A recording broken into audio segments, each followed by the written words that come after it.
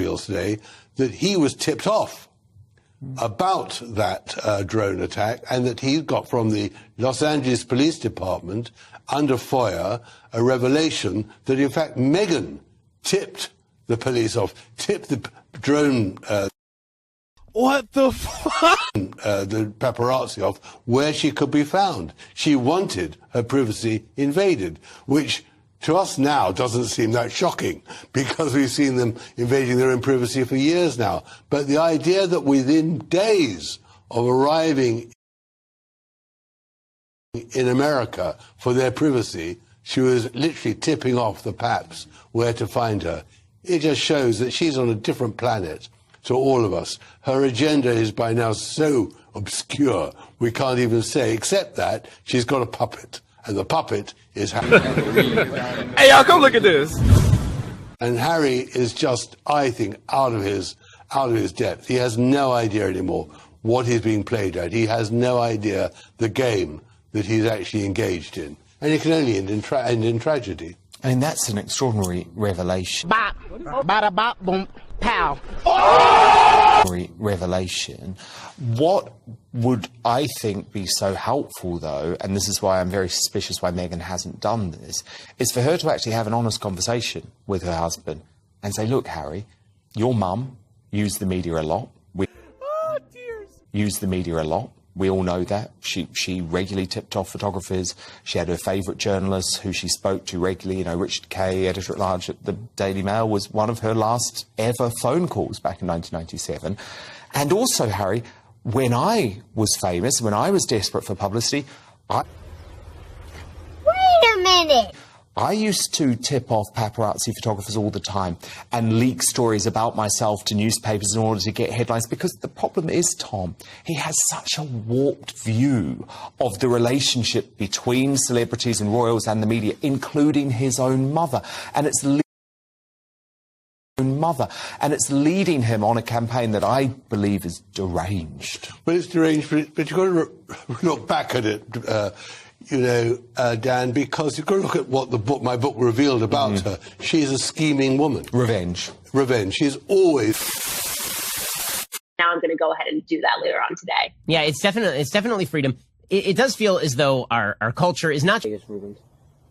our culture is not just in a state of collapse. It is in a state of active destruction of everything that is valuable. I've been saying that we don't have a culture and a counterculture the way we used to, where there was sort of this dominant traditional culture, and there was a counterculture that challenged some of those things but created its own culture. Now we just have an anti-culture, and that anti-culture is just dreck designed to tear down things. And that seems like what the Grammys have basically become. It's just a bunch of garbage designed to tear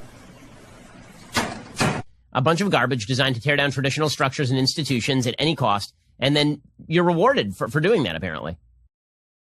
Yeah, to me personally, I think for a lot of Americans, it sort of feels like we're actually under attack. Like it doesn't seem real. You know what I mean? And I know that I don't believe that the average American thinks that that is good, right? And yet we see that it's being promulgated in the culture. We see that it's being perpetuated. We see that people are being held up as idols when they do these sorts of things. So it makes you wonder.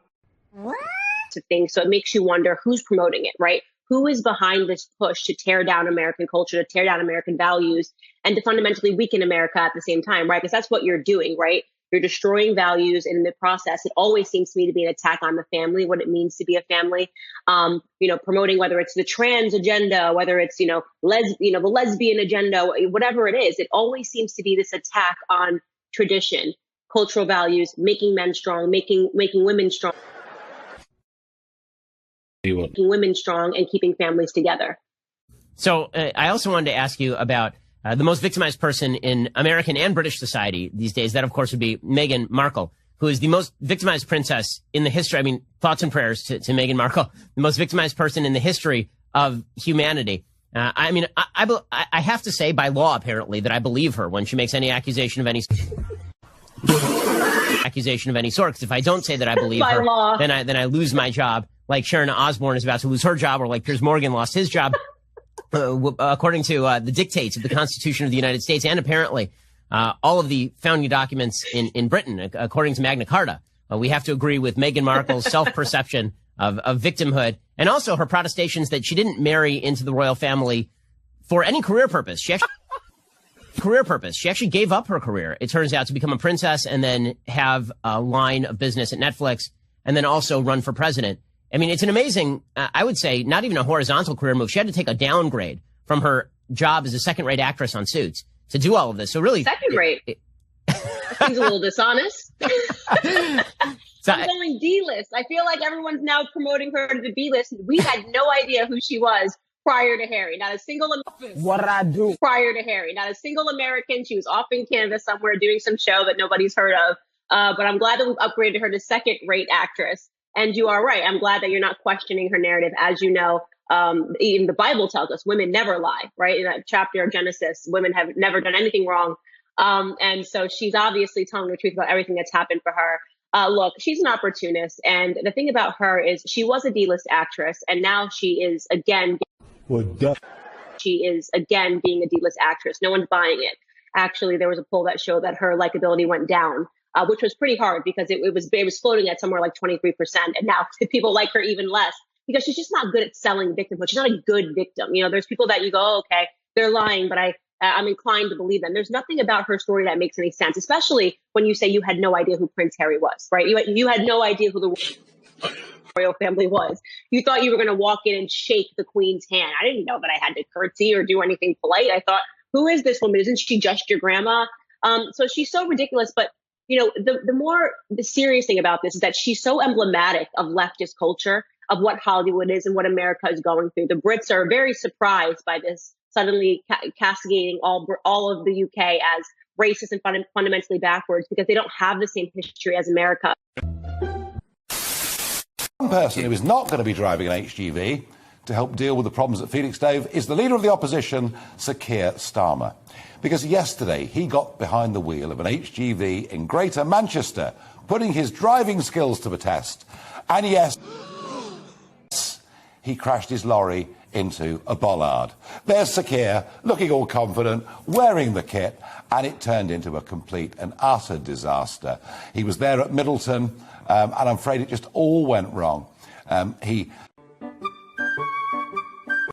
lashed out at the government over a shortage of drivers, but sadly proved his own incompetence. And if he's not able to drive a lorry in public without crashing, many will ask, is he up to running the country?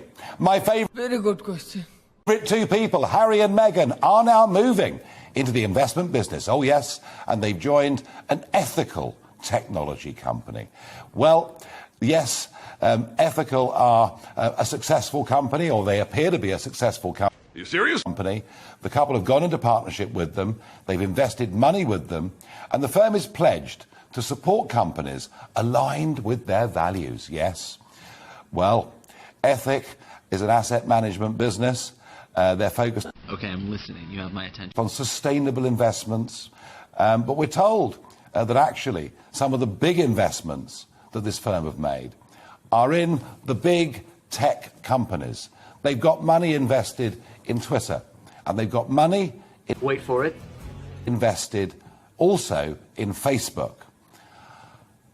And if Harry and Meghan think, by investing ethically, that somehow that's going to bring them a return, they might be in for a nasty shock. My advice would be, don't Here it comes. buy shares, don't buy stock in anything that Sir Nick Clegg has got to do with. But we'll see how it works out. But maybe they should have taken some advice from Nancy Pelosi, the Speaker, over there in Congress. Fact.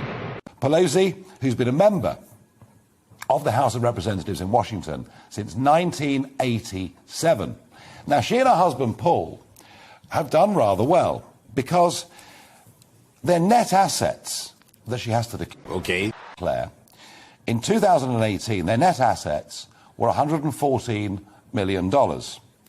Their net assets in 2020, at the end of 2020, were $315 million. Yes, they got up by $200 million over the course of just 3 trading years. And it would appear that Nancy Pelosi is perhaps the best stock picker in the world. She clearly is a financial genius. In fact, she even exercised some options in Microsoft, and that was last year. And she did it just 2 weeks before the US government got a massive contract given to Netflix from the US military, a contract worth Hey, y'all, come look at this. $22 billion, and the Pelosi's had exercised options just 2 weeks before. Now, I'm sure that's a complete and utter coincidence. I'm not making any allegations against Nancy Pelosi. I'm sure it's all pure coincidence and that she's just a complete genius. So maybe Harry and Meghan, she's the one to talk to. Can you imagine if anybody even closely related to Donald Trump had conducted a share transaction of that nature? You'd be seeing it all over the world. Hey, y'all, come look at this. But because it's the Democrats, no one says a thing. Well, here's a real what the Farage moment. The Rolling Stones have said they are dropping Brown Sugar, one of their biggest songs from their US tour. The band will no longer play the number one hit following concerns over references to slavery, rape and black girls. Veteran guitarist Keith Richards confirmed the decision to the LA Times, but said he was confused by people who wanted to bury the track. He questioned whether people understood the song was about the horrors of slavery